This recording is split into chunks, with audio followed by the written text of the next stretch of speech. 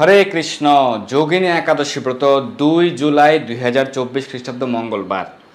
এই আষাঢ় মাসে কৃষ্ণপক্ষের একাদশী ব্রত, যোগিনী একাদশী ব্রত যারা ভারতে রয়েছেন, বাংলাদেশে রয়েছেন, এশিয়া মহাদেশের সকল স্থানেই ব্রত পালন করতে হবে 2 জুলাই মঙ্গলবার। শুধুমাত্র আমেরিকা কানাডাতে 1 জুলাই ব্রত পালন করতে হবে যারা আমেরিকা, কানাডা, মেক্সিকোতে রয়েছেন, এবং ব্রাজিল, আর্জেন্টিনা, পেরু সহকারে উত্তর আমেরিকা এবং দক্ষিণ আমেরিকার সকল দেশেই ব্রত পালন করতে হবে 1 জুলাই। এছাড়া সারা পৃথিবীর বাদবাকি সকল স্থানে, মধ্যপ্রাচ্যের সকল দেশে, এশিয়া মহাদেশের সকল দেশে, ইউরোপের সকল দেশে, আফ্রিকা মহাদেশের সকল দেশে, অস্ট্রেলিয়া মহাদেশে, এই সকল স্থানে ব্রত পালন করতে হবে 2 জুলাই মঙ্গলবার। তার মানে যারা ভারতে, বাংলাদেশে রয়েছেন নিশ্চিন্তে 2 জুলাই এই যোগিনী একাদশী ব্রত পালন করবেন। পরিবারের সকলকে অনুপ্রাণিত করবেন যেন সকলেই এই ব্রত পালন করেন। তো একাদশী ব্রত কীভাবে পালন করতে হবে সেই বিষয়ে আমরা বহুবার আলোচনা করেছি। একাদশীর আগের দিন, একাদশীর দিন, একাদশীর পর দিন, এই 3 দিনে আপনারা সকল প্রকার আমিষ আহার বর্জন করবেন, চা পান, বিড়ি, কফি, নেশাদ্রব্য বর্জন করবেন এবং তাসপাসা জুয়া বর্জন করবেন এবং অবৈধ সঙ্গ বর্জন করবেন। এবং একাদশীর আগের দিন রাত্র 11টা সাড়ে 11টার মধ্যে অন্নপ্রসাদ বা রুটির প্রসাদ গ্রহণ করে দন্ত মার্জন করে নেবেন।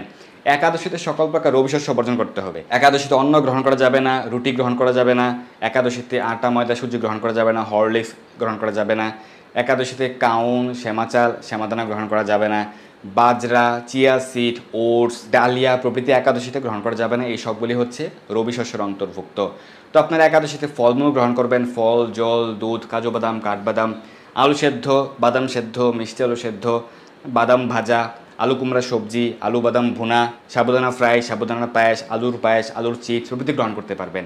তবে বাদাম ভাজা, সাবুদানার সবজির ক্ষেত্রে বা সাধারণ সবজির ক্ষেত্রে বা পায়েস রান্নার ক্ষেত্রে বা আলুর চিপস বানানোর ক্ষেত্রে অবশ্যই বিশুদ্ধ ঘি বা সূর্যমুখী তেল ব্যবহার করতে হবে। কেউ চাইলে বিশুদ্ধ বাদাম তেলও ব্যবহার করতে পারেন। তো এইভাবে আপনারা একাদশীর অনুকল্প প্রসাদ গ্রহণ করে ব্রত পালন করতে পারবেন। এবং একাদশীতে বেশি বেশি হরিনাম জপ করবেন, ভগবানের সেবা পূজা আদি করবেন, প্রাতঃস্নান করে মঙ্গল আরতি করতে পারেন এবং ভগবানের চরণে তুলসীপত্র পুষ্প অর্পণ করবেন, তুলসীতে জল দান করবেন। একাদশী সহ, রবিবার সহ, দ্বাদশী সহ প্রতিদিনই তুলসীতে জল দান করতে হবে। এই সম্পর্কে আমরা শাস্ত্র প্রমাণ আলোচনা করেছিলাম, আপনারা দেখে নেবেন। গতকালও আমরা এই বিষয়ে আলোচনা করেছি শাস্ত্র প্রমাণ সহকারে যে একাদশীতে যারা তুলসীতে জল দান করবেন তারা বৈকুণ্ঠ ধাম প্রাপ্ত হবেন। তো অবশ্যই প্রতিদিন জল দান করতে হবে এবং শাস্ত্র অধ্যয়ন করবেন। শ্রীমদ্ ভগবদ গীতা, শ্রীমদ্ ভাগবত সহ প্রতিটি শাস্ত্রগ্রন্থে অধ্যয়ন করতে পারেন এবং নির্দিষ্ট একাদশী ব্রত মাহাত্ম্যটি পাঠ করতে পারেন এই একাদশীর দিনে। অর্থাৎ এই একাদশীতে আপনারা যোগিনী একাদশী ব্রত মাহাত্ম্য পাঠ করবেন বা শ্রবণ করবেন। এবং একাদশীর পর দিন সকালে পারণের নির্দিষ্ট সময়ের মধ্যে অন্ন বা রুটি বা ছাতু বা চিড়া প্রসাদ গ্রহণ করে আপনারা একাদশীর পারণ মন্ত্র, মহাপ্রসাদ মন্ত্র উচ্চারণ করে একাদশী ব্রতের পারণ করবেন। একাদশীর পারণের দিন অর্থাৎ ব্রতের পর দিন আপনারা আমিষ আহার বর্জন করবেন। এইভাবে আপনারা প্রত্যেকটা একাদশী ব্রতই পালন করবেন ভগবানের সন্তুষ্টি বিধানের জন্য।